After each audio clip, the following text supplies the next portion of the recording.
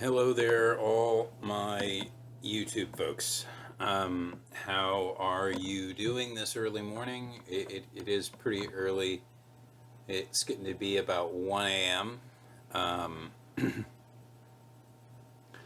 I was just doing some laundry and, was just in the shower. And you know how sometimes really good ideas kind of come to you in the shower. And I had this thought. About if communal living was going to be like the new norm in the United States, because at least in this area that got popular for a while, but based on what I've been looking at on the internet as far as like rental spaces go and everything like that, um, it looks like people are still kind of subdividing their houses up and renting out rooms, garages, stuff like that, etc. And I do want to say that I actually have lived under one of these situations more than once, and I found it to be kind of interesting but difficult. I guess it's kind of like living in like cooperative housing. Co-op. Why the water is the water shut off today? Co-op. If you guys watch documentary now, I'd rather squat in a loft than the anyway. But so I mean, they're obviously, for anyone else who hasn't done this out there, basically what I'm talking about is like somebody moves into, say in this case, as an example, a single dude, say me, buys a 4-bedroom house, right? And of course it's probably an expensive property, and I would like to get some of it paid for. So in order to do that, I rent out 3 of my bedrooms. So, I retain the master bedroom and some other portions of the house. The renters get to, have their rooms and share the communal areas and everything like that.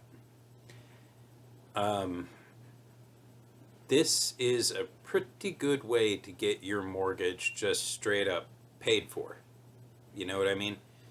Uh, Most of these room, like just renting a room, still fairly affordable. I mean, I've seen some still in the 600s, but depending on the size of a room, amenities, and stuff like that, you can be brushing the 800 or 900 bracket per month too, which I think is a little high for renting a room. I would hope that that would come with a lot of amenities, but um, I'm gonna keep recording, but I'm gonna get up and get something to drink. I'm extremely thirsty. So, obviously, the advantages to this whole thing are that, of course, you don't, you don't have to, as the landlord, as the owner of said house, you don't have to, pay the mortgage yourself or anything like that. You get a lot of it covered. But you are having to deal with renters, and it's the same situation for the actual renters. They get a room cheap, but it is a very small space. They may not be able to have pets, and you have to deal with each other.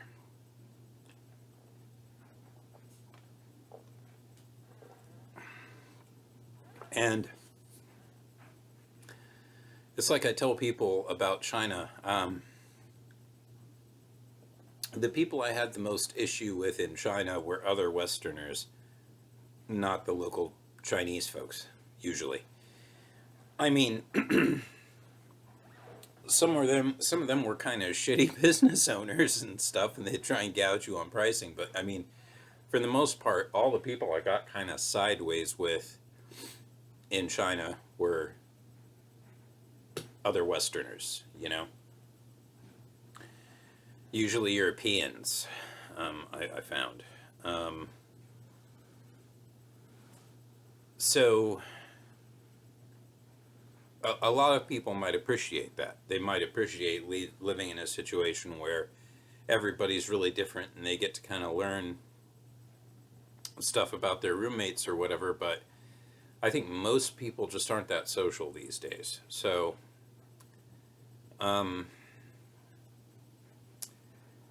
is it cheap for the renter? Usually it's cheap, you know, when you think about what you're getting, but it's not always convenient. You don't have much, you know. You could have privacy, but you would literally be just staying in your room all the time and stuff like that. Um, and I would say that, like, as far as being like an outward public thing, this seems to have died down within the last couple of years. Um, I remember about 4 or 5 years ago, like just renting out rooms in your house was getting to be like a really popular thing to do. I assume it probably still is, but it's just not being, broadcast as heavily in like social media and stuff like that. Um, I guess the whole point of the video is communal living like kind of the new norm.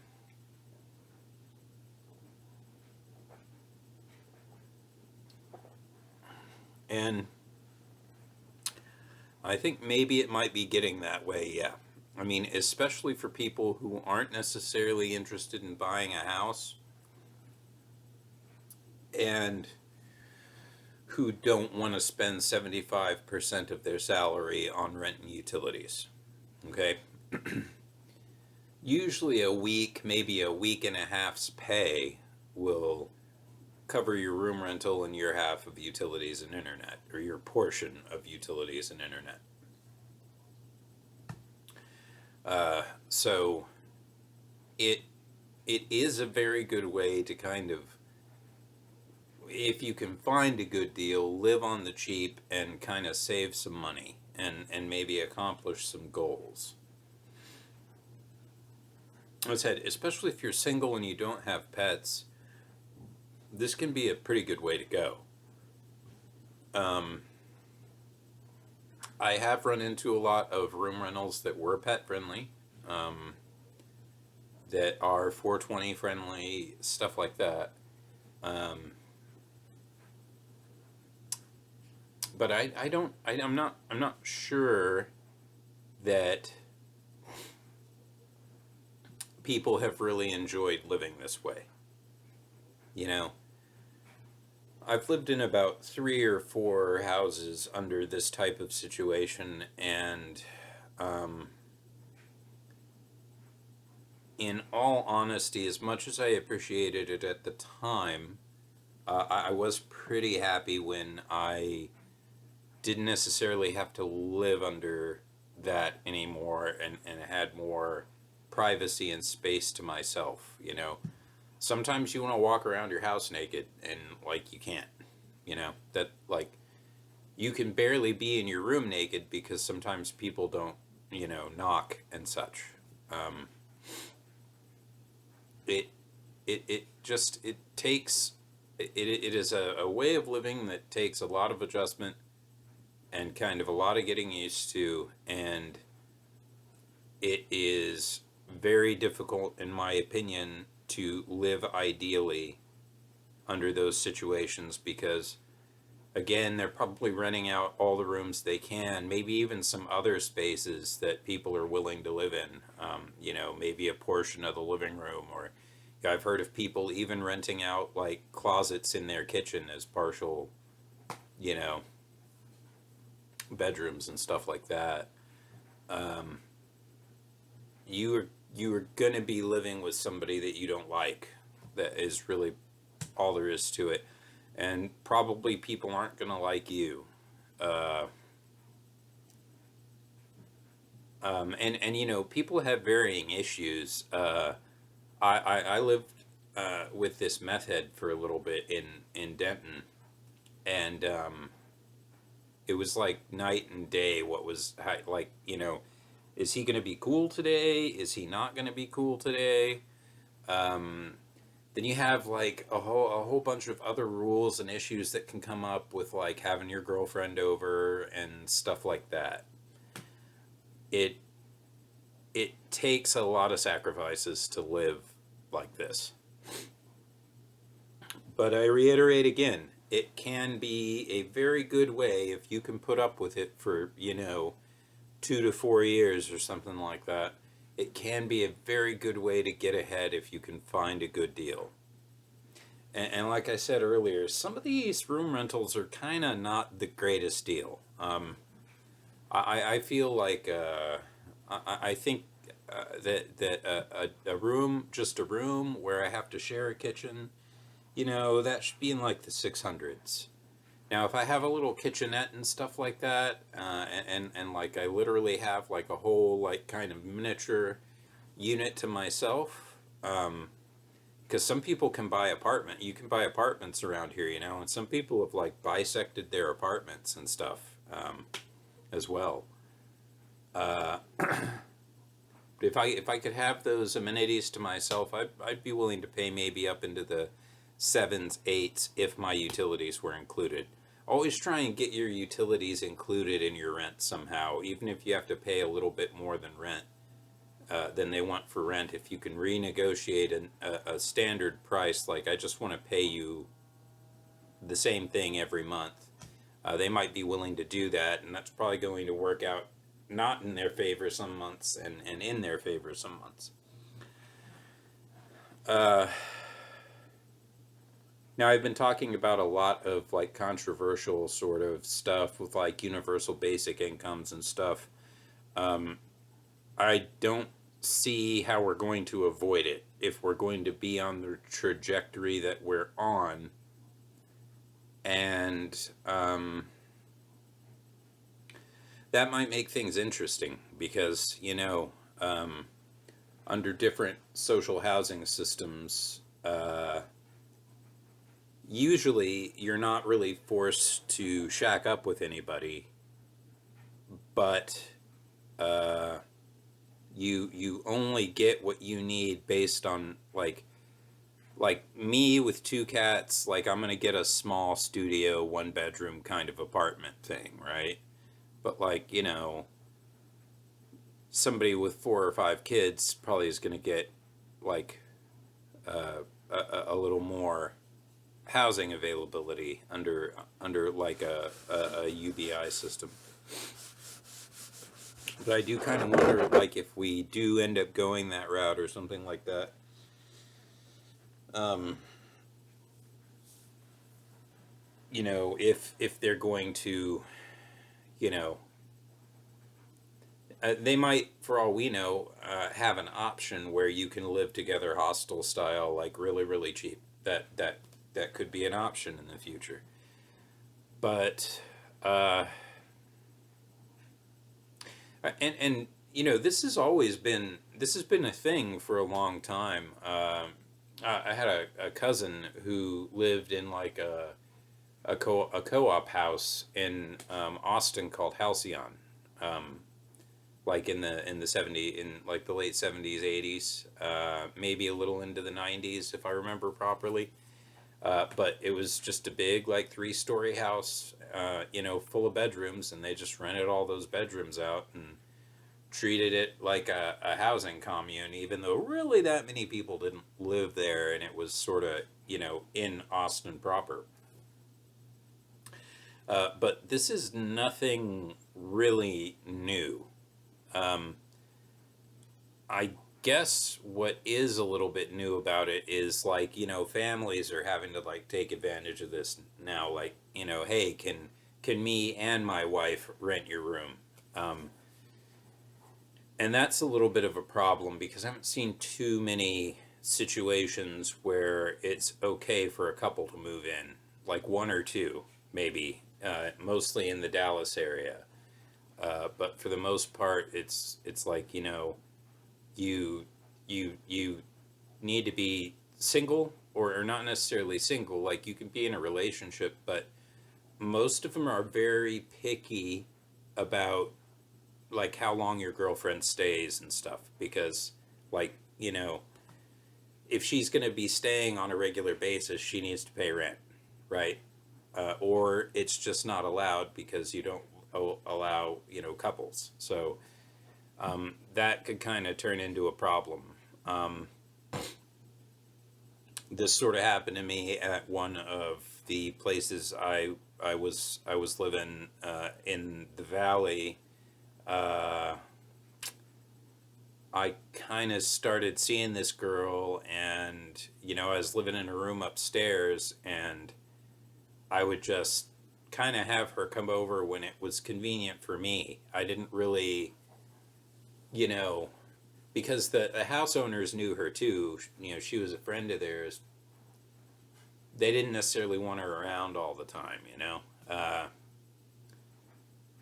You really got to be careful about stepping on people's toes. And another little piece of good advice here might be just not to rent a room from your friends or family, like real long term. Um, I rented a room from my parents for about 3 years when I first moved up here. It went a little longer than I liked, but I basically paid for electricity as my rent. That's sort of the arrangement we had, but it was supposed to be much more short term than 3 years. But it just took me a minute to you know and the reason I'm saying that a lot of people might want to kind of consider this is, again, because it's a good way to kind of get your rent under four figures again. And if your rent's under four figures, then chances are, like I said earlier, most of one work week is going to pay for your rent. Part of the next week might be required for your rent and whatever other bills you have to pay. But I would be willing to guess that probably, 2.5 weeks worth of your money would be savable. You might not even have to touch it. This really is a good way to get kind of out from behind the eight ball, as it were. But anyway, I'm going to go ahead and end the video here. This was very impromptu. I just thought of this sort of all of a sudden, like, kind of weigh in on the comments. Let me know what you think about this situation.